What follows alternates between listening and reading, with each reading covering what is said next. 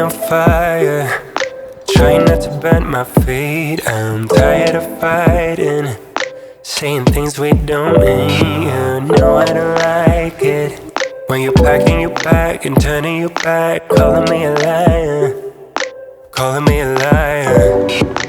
Trying not to let my feelings get to me. Sometimes I can't let them go. So now I got these voices.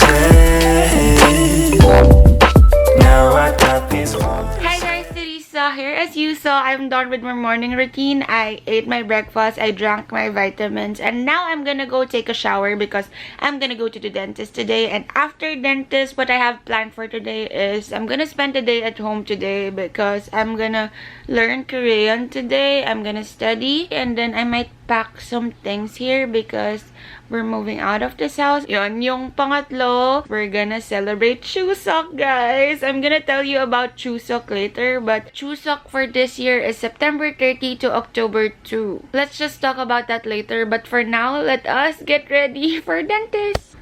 Yan na, nakaligo na tayo, and this is my outfit for today. Wait, I'm gonna show you. Yan, this is my outfit for today. Pomelo lahat. This pomelo stay-at-home shirt. And then, pomelo pants. I love this pants kasi ang lambot, guys. Super. There, let's go. I'm just bringing my bag kasi baka tumagal ako sa dentist. Pwede ako mag-laptop. And nothing else from here. Siyempre, hindi natin kakalimutan ng ating face mask. Yan na, guys. Nasa dentist na tayo. Ang init. Hindi pa ako nagdo-doorbell. Ayan yung doorbell. Hintayin natin. Hey guys, I'm done with my dentist. Nandito na tayo sa store. I'm just gonna order something sa Blooming Angel using my Let's Me app.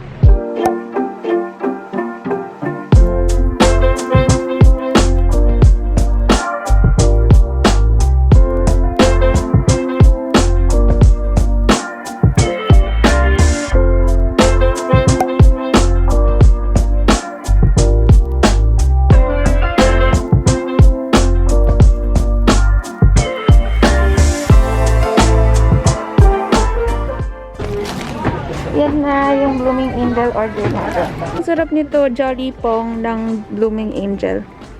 Jolly Pong, hey, Jollibee. Ito, Dalgona Latte.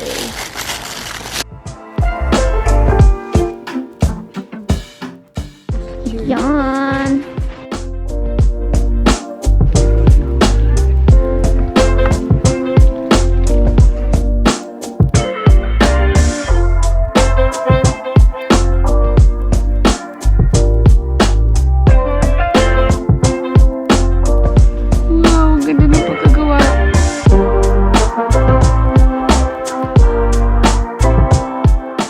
Sabi ko, pagkain namin to pag mag-aaral na ako sa bahay. Pero, naubos na lahat. Naubos na. Yung sweets na lang yun nandyan. Kasi, masakit nga yung ngipin ko.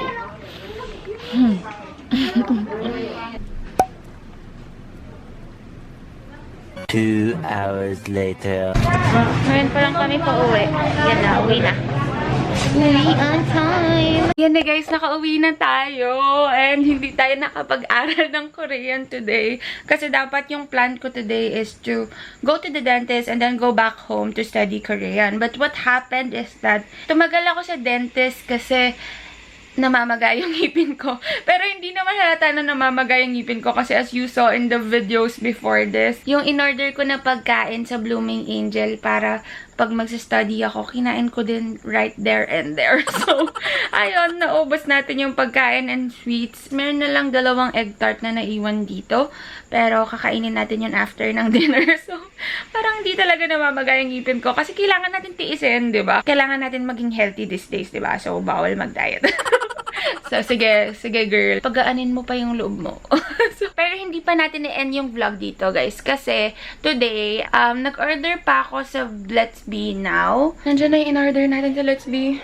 As usual, mag-face mask tayo and face shield. So, let's go! Good evening po. Thank you.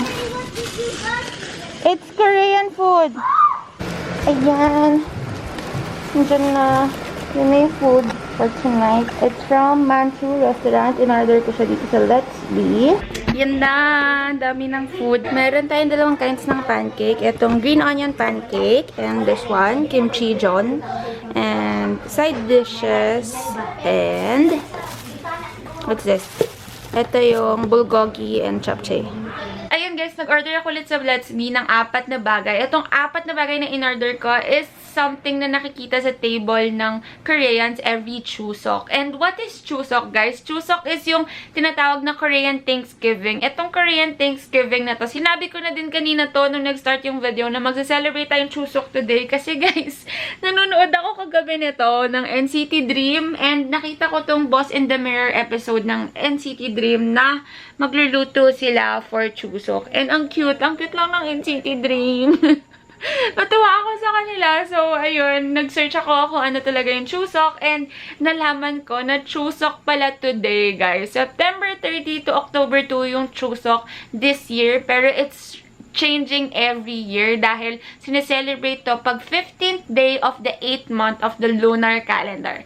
Eh dito sa Pilipinas, parang we don't really celebrate that, diba? Ano bang alam natin sa lunar calendar dito sa Pilipinas? Pero sa kanila, sa Korea, they celebrate this, what they call Chuseok or yung Korean Thanksgiving nila. It's same as yung Thanksgiving sa States na nangyayari every November 20 something. Basta Thanksgiving sa States, yung uso sa mga movies na maglalabas talaga sila ng turkey, ganon. So, ganon ka grande. I think dito sa Pilipinas, mako-compare natin siya. If Catholic kayo, mako-compare siya sa Easter dahil dun talaga tayo nagse-celebrate ng coming of the Lord. Pero, not everyone kasi celebrates Easter, diba? Meron kasing iba na mag-Easter egg hunting lang, may iba na maghahanda talaga, and may iba na magsisimba lang for Easter. Pero, siguro mas comparable siya sa Noche Buena or Christmas or New Year here in the Philippines. Kasi in other countries, they don't really celebrate Christmas and New Year the way we do, diba? Kasi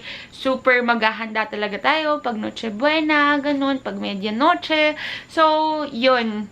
I think mas comparable siya sa Christmas tsaka New Year dito sa Philippines. Kasi, ito ding Chuseok, it's a 3-day holiday in Korea. So, kung meron kayong mga friends sa Korea, super free nila sa 3 days na to. Kasi, wala silang work and everything. It's a holiday talaga. Super saya sa Korea sa pag-Chuseok. Lalo na kung may kakilala kayo doon kasi everyone's celebrating. But if wala kayong kakilala, guys, ang daming nakasara pag-Chuseok. So, if you're gonna travel in Korea, Chuseok, dapat may kakilala ka to celebrate with.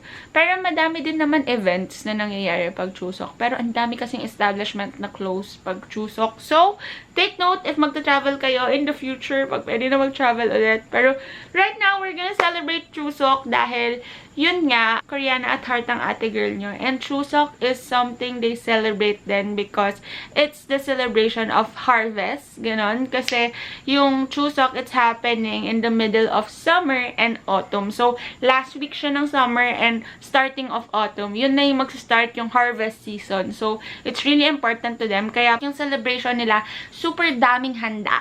Kasi, yun yung start ng harvest. So, sa tingin ko, parang ano yun sa kanila, luck na din na magse-celebrate tayo para sa harvest natin. So, ganun din sa pag-celebrate ko ngayon dahil Koreana at heart yung ate nyo. And, pinilit ko ang parents ko at ang family ko to celebrate this day. Malay nyo, may swerte din na madadala dahil months na. So, nilagyan ng meaning dito sa Pilipinas, ate girl. So, yun, yung apat na ano natin, food natin today is yung pancake, kimchi pancake or what they call john, or yung green onion pancakes. 2 pancakes yung in-order ko. Kasi usually pag Chuseok, magluluto ka ng pancake, Korean pancake. And super love ko yung kimchi john. Pero meron kaming bata dito, kaya ako nag-order nung green onion pancake. So, tignan natin kung kakainin nung pamangkin ko. Pero yon, 2 pancake yung in-order ko. And the other one is bulgogi, guys. I really love bulgogi. And yung pang-4 na in-order ko is japchae. Japchae is something that's always in the table of Koreans, but super daming japchae pag Chuseok. So, yon, meron tayong 4 na in-order. Pero guys, ang daming dumating na side dish. Because pag Chuseok, ang daming side dishes na ready there because it's time to celebrate. So, tama na muna sa daldal and kakain na tayo. Sana may natutunan kayo sa short katok-katok K-talks natin sa video na to. So, tingnan natin. Kain na tayo sa labas bago pa lumamig yung food. So, I'll get back to you later and let's go! Let's eat! All done. 12 o'clock midnight.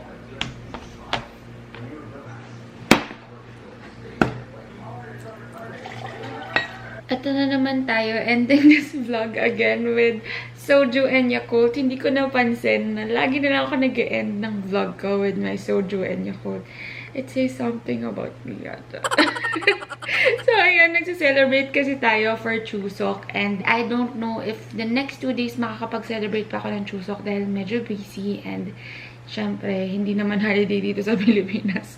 Pero guys, you can celebrate Chuseok also here in the Philippines. Kahit na hindi tayo holiday, at least meron tayong pag-celebrate ng Chuseok with our food. Kasi guys, itong Let's Be, meron silang promo ngayong Chuseok. Yung promo nila for Korean Thanksgiving is enjoy free delivery, tapos up to 20% off yung mga Korean dishes. So, you know what to do, guys. Alam niyo na saan kayo mag-order. Itong promo nila is September 30 to October 4 lang. Although, October 2 lang talaga yung Chuseok. They still have the promo up to October 4. So, you know, guys. Okay? Alam niyo na saan kayo mag-order ng food ngayong week na to. So, I'm really so excited. Baka tataba na tayo. Dapat talaga, guys, nagda-diet ako ngayon. Pero, So, guys, if you're from Pampanga, you know what to do. Download Let's Be's app and sulitin na natin yung promo nila. Tama na yung daldal kasi magsi-celebrate pa ako. Ubusin ko pa to at madami pa akong i-edit dito sa laptop na to. So, I hope you enjoyed this video and I hope to see you in my next videos. Don't forget to like, subscribe, and hit that bell button. Bye, guys!